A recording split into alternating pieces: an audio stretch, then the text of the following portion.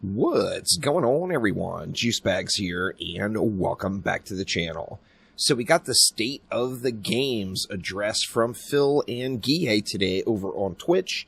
We're going to run through all of that today. They talked about the entire franchise, what's to come as a whole, and where they stand with each individual project. Now, this video could end up being a little longer than what people want, so let me give you a TLDW. This stream was divided up into different parts, so let's run through it. First off, the developers talked about Dungeon Defenders 1.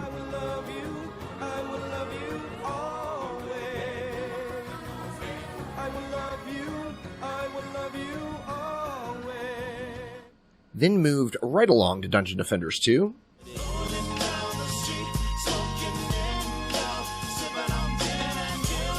Laid back. Briefly discussed Dungeon Defenders Going Rogue. Good night, sweet prince.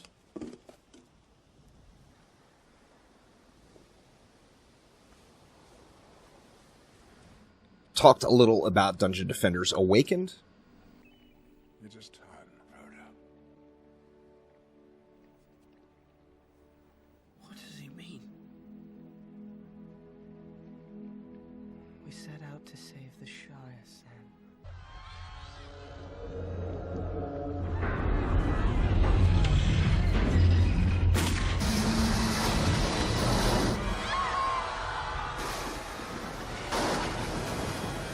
Offered a little retrospect on how the game was perceived and how they delivered their various products.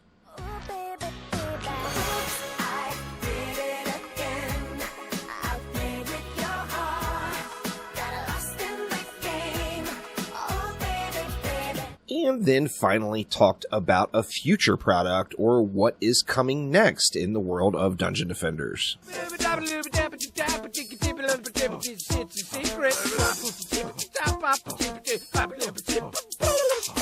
So that is the TLDW. We will go through the entire breakdown. I'll also put links to the live stream VOD itself down in the description below, and then full timestamps and chapters so you can skip on through to whatever part interests you the most. First off, we've got Dungeon Defenders 1.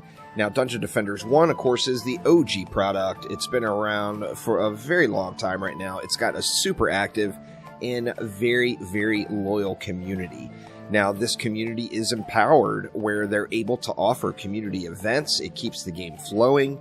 The entire game itself was a booming success all the way from the beginning, and in the minds of many is just the pinnacle product of all Dungeon Defenders games. Now, with that in mind, they did release that brand new hero. This hero, a lot of people ask, well, why split the development? It's been publicly said that this hero, with this update for Dungeon Defenders 1, was a passion project.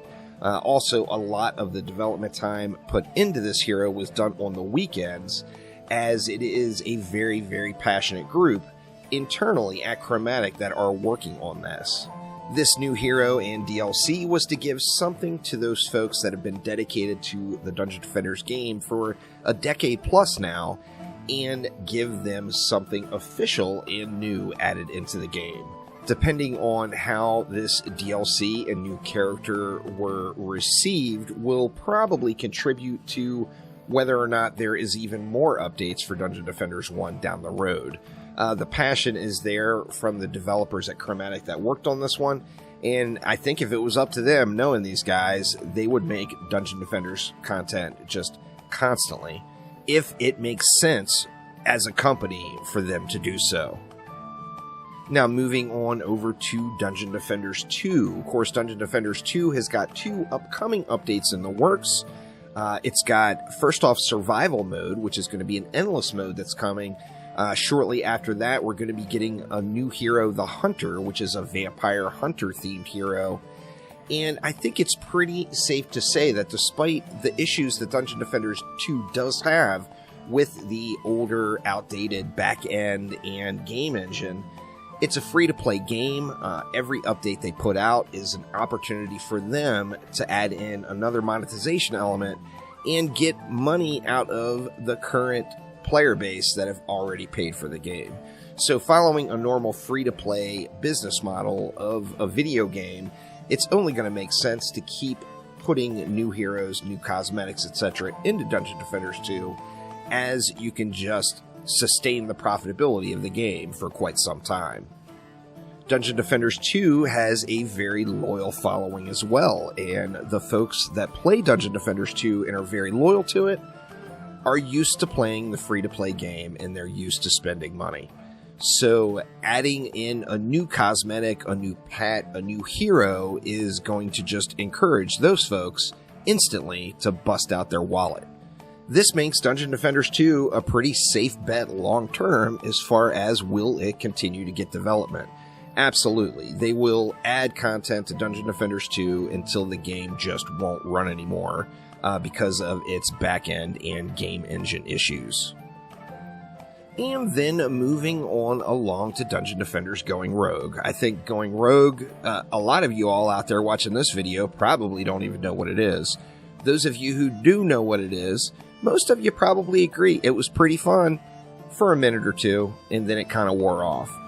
Dungeon Defenders Going Rogue was another side project that was aimed at let's do what the big guys are doing and take our game and make it a roguelite and see how people like it. However, when you take this product and you throw it out there to a tower defense crowd that likes to farm loot, and you give them a game that is not a tower defense game, that has no loot, this will just end rough in any situation unless you've got just a flawless marketing plan for your new product.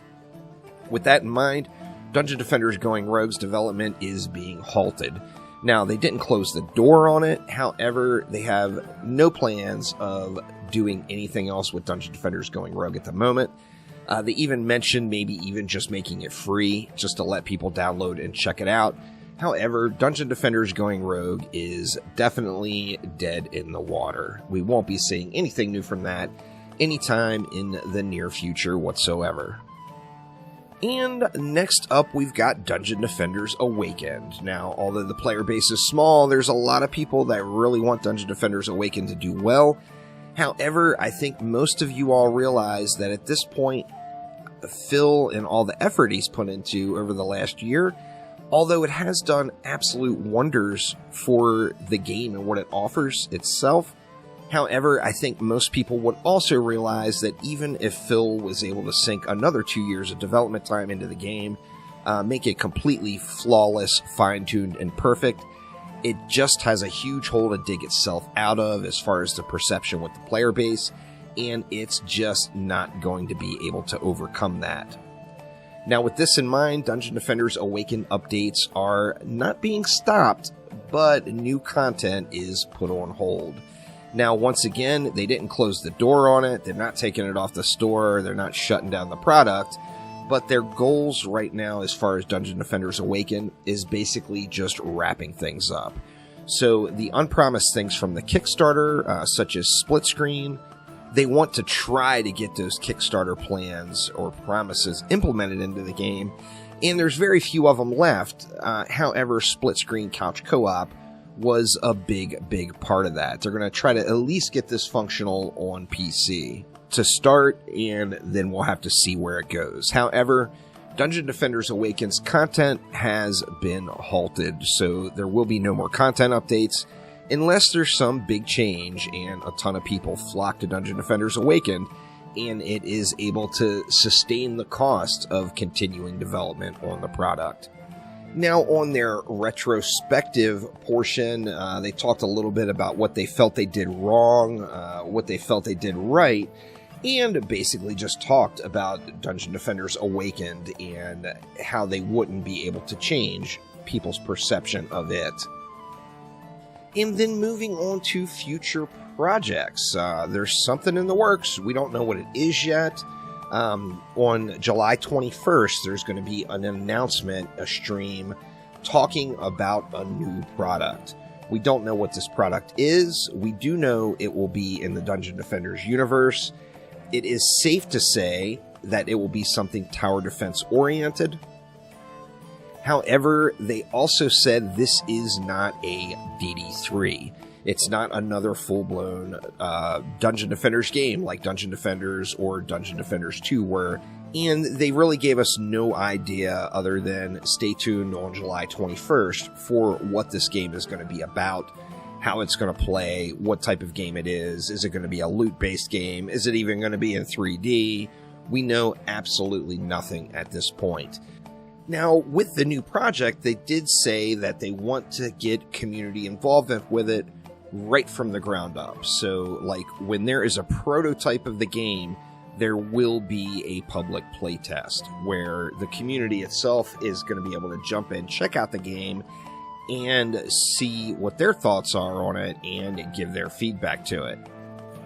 Now, this, of course, is something that they've tried over the years in Dungeon Defenders 2 and in Dungeon Defenders Awakened. However, they've always tried it a little bit too late in the game. So hopefully Chromatic sticks to their word on this one and keeps the community involved and gets community opinions right from the very start.